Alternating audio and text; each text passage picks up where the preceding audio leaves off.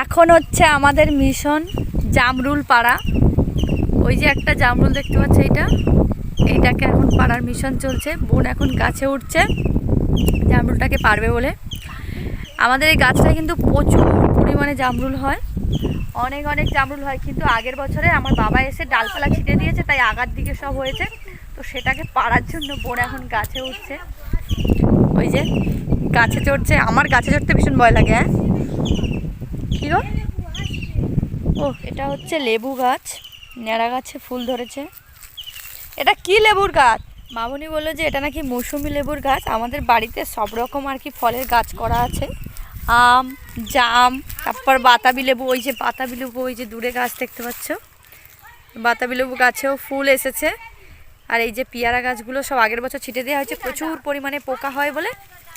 তার কারণে বাবু হচ্ছে সব গাছগুলো ছিটে দিয়েছে, যাতে আবার ভালো করে কচিয়ে হয়। নাহলে আমাদের প্রচুর পেয়ারা হতো, তোমাদের সঙ্গে তো ভিডিওতে শেয়ার করেছি অনেকগুলো পেয়ারা গাছ।